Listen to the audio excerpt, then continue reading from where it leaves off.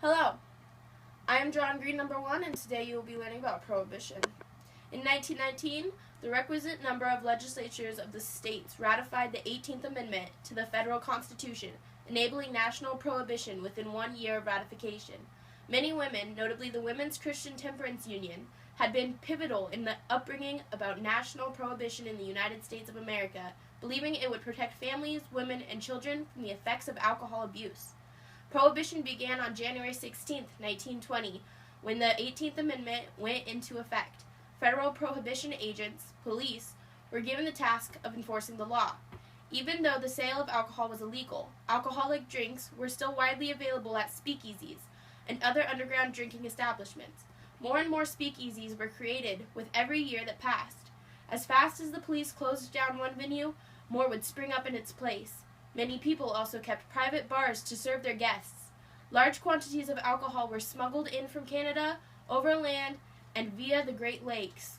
While the government cracked down on alcohol consumption on land, it was a different story in the water, where they argued that ships outside the 3-mile limit were exempt. Needless to say, this technically was exploited by everyone, including the state-owned shipping line. Hi, I'm John Green, number 2. Legal and illegal homebrewing was popular during Prohibition. Limited amounts of wine and hard cider were permitted to be made at home. Some commercial wine was still produced in the U.S., but was only available through government warehouses for use in religious ceremonies, mainly for communion. Mate and hop stores popped across the country, and some former breweries turned into selling malt extract syrup, ostensibly for baking and beverage purposes. One of the side effects of Prohibition was alcohol poisoning. Since bootleg alcohol was not produced in distilleries under government supervision and wasn't, except in rare instances made under the direction of chemists, its quality was extremely suspect. The chances of obtaining real stuff were never better than 8 in 100.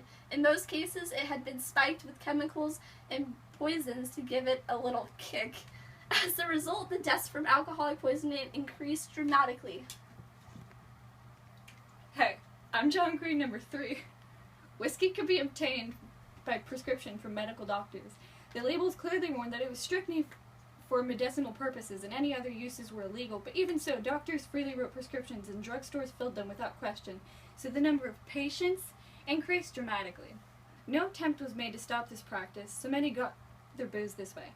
Over 1 million gallons were consumed per year through freely given prescriptions.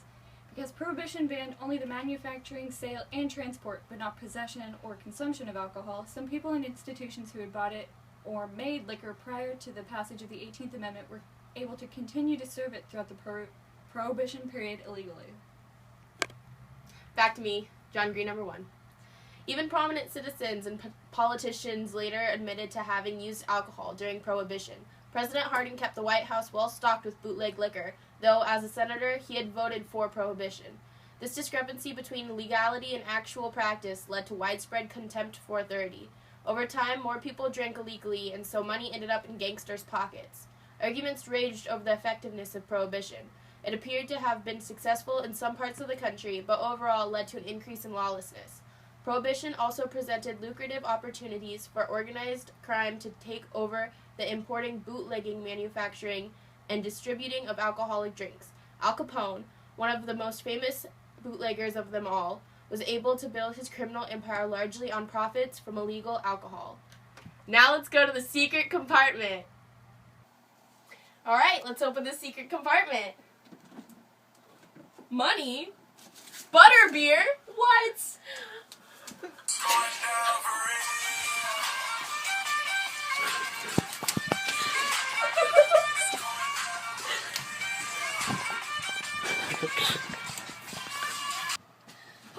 John Green, number 2, back here.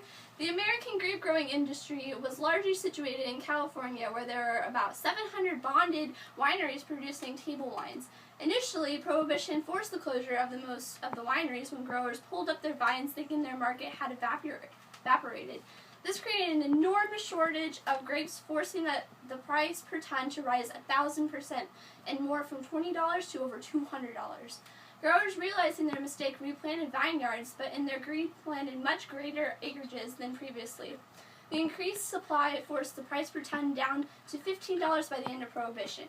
Senator Reed of Missouri and Senator Burrow of Idaho held opposing views on Prohibition, so their 1929 debate in Congress led to packed galleries. Extracts of their speeches provide a summary of the opposing views current in 1929. John 3? Cut. John Green number 1 here again. Every passing year, the number of repeal organizations and demand for repeal increased. In 1932, the Democratic Party's platform included a promise to repeal Prohibition, and Franklin Roosevelt ran for president promising to repeal of federal prohibition laws. By then, an estimated 3/4 of American voters in an estimated 46 states favored repeal. In 1933, the legislatures of the states ratified the 21st Amendment, which repealed Amendment XVII and prohibited only the violations of laws that individual states had in regard to intoxicating liquors. Federal prohibitionary laws were then repealed. Some states, however, continued prohibition within their own jurisdictions. Almost 2/3 of the states adopted some form of local option which enabled residents to vote for or against local prohibition. Therefore, for a time, 38% of Americans still lived in areas with prohibition. By 1966, however, all states had fully repealed their state-level prohibition laws.